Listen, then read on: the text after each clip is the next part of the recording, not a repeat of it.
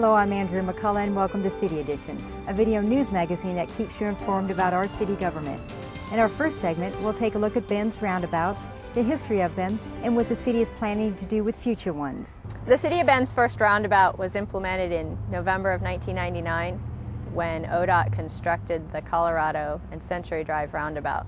One of the design features of this particular roundabout was saving the three large pine trees out there, so it ended up fairly large diameter, which is good in terms of maximizing the capacity of the roundabout in terms of circulating cars. We started in the west side of Bend with 8 roundabouts through the West Side Consortium, and they were so successful that we've really implemented them into one of our standard Another Safe intersection.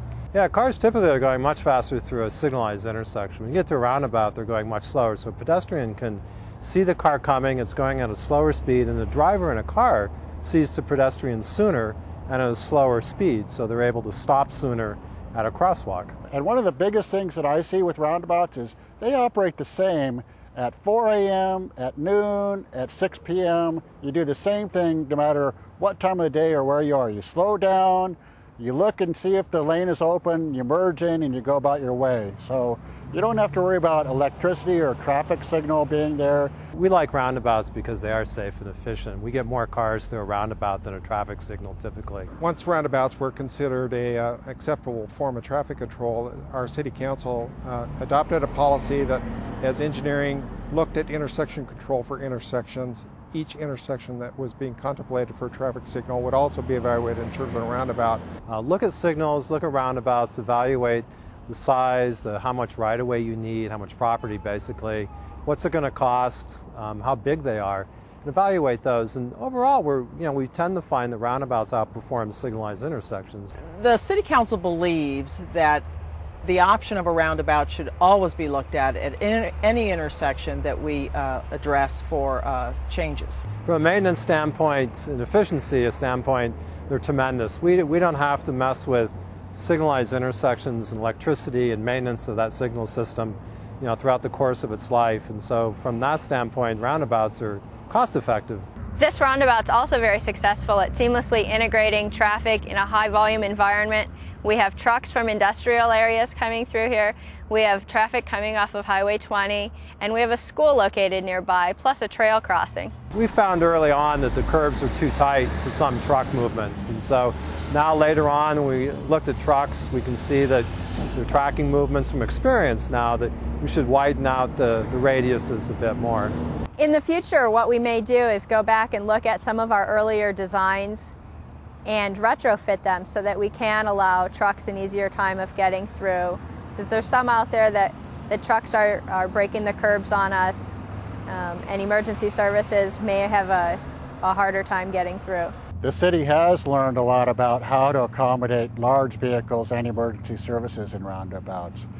It's important that the emergency services, police, fire, ambulance, can get through and do their job. Well, it's a learning experience, and we're working a lot closer with the fire department to figure out if a car stops in the middle of a roundabout and a fire truck's coming, can a fire truck still get around? So we've worked closely with them to find out what they need, what are some of the obstacles that roundabouts present to them, and how we can improve on that. Users need to make safe choices at the roundabouts. That may mean controlling your speed, either speeding up if you're a bicyclist or slowing down if you're an automobile. They've been single-lane roundabouts up to now, but we're embarking in a new era or a new phase with multi-lane roundabouts. The city's first multi-lane roundabout is at Bond and Wilson Avenue.